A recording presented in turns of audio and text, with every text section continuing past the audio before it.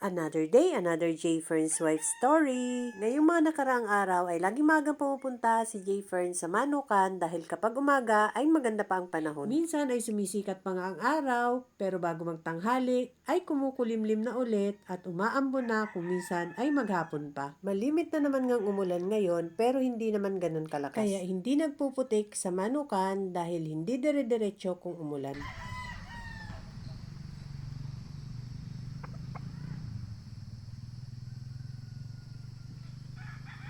Balik sa wet feeding nga ulit ang mga manok namin na nasa range area. Mas maganda kasi kapag wet feeding dahil ang pinambabasa namin sa kanilang patuka ay ang vitamins nila. Tinunaw lang ni Richard ang vitamins sa tubig bago inihalo sa feeds.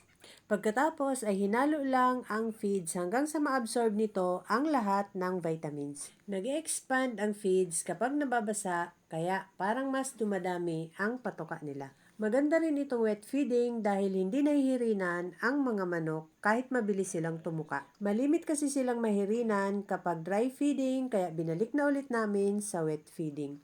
Hinalo lang namin ang feeds hanggang sa ma-absorb nito ang lahat ng tubig. Okay na yan.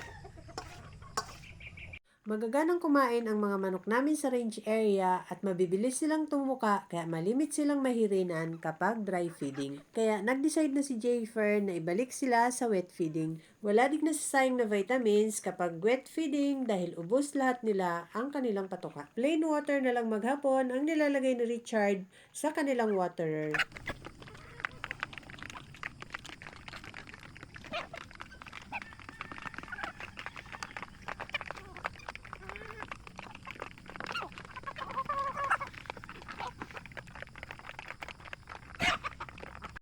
Basang-basa ang lupa ngayon dahil kahapon ay umulan ng malakas. Ngayong umaga naman ay makulimlim ang panahon at parang aambon. Buti na lang hindi dire-diretso ang ulan kaya hindi pa maputik dito sa Manukan. Pabago-bago na naman ang panahon kaya dapat talagang palakasin ang resistensya ng mga manok para hindi sila magkasakit.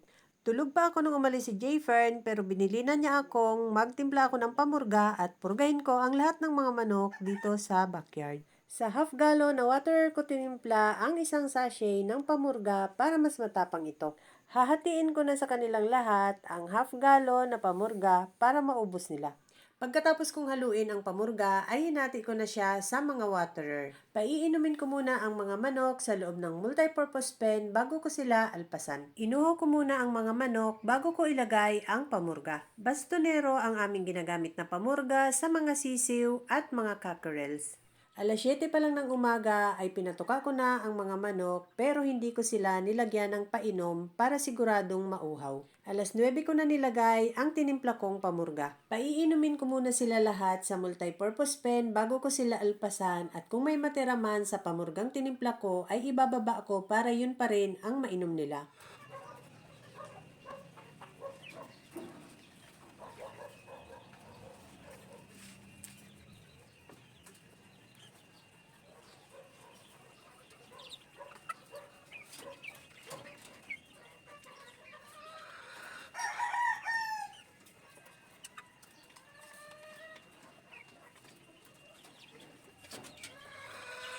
Nung madami na nga silang nainom na pamurga ay binuksan ko na ang fly pen para makalabas na silang lahat sa kulungan. Ibinaba ko na rin ang patukaan nila at saka ang waterer. Pagkaubos ng pamurga nila ay plain water na lang ang ipapainom ko sa kanila maghapon.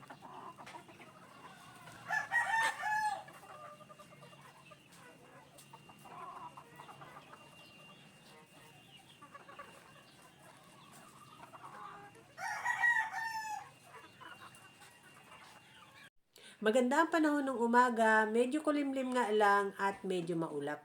Inalpasan ko na nga ang mga cockerel sa multipurpose pen at ibinaba ko na rin ang kanilang patukaan at waterer. Bago magtanghali ay naubos na nila ang pamurgang tinimpla ko. Bago magtanghali ay umuwi din si J. Fern at pagdating niya nga ay naglinis siya dito sa gilid ng bahay namin. Pinutol niya yung mga sangang tuyo ng sinalay niya at nilagay sa silaban. Winalis niya rin ang mga nalaglag na tuyong dahon at nilagay sa sako para silabin. Kaya lang nung bandang hapon ay biglang umulan ng napakalakas. Halos isang oras ding walang tigil ang malakas na ulan kaya yung sisilabin sana naming basura ay nabasa na ulit.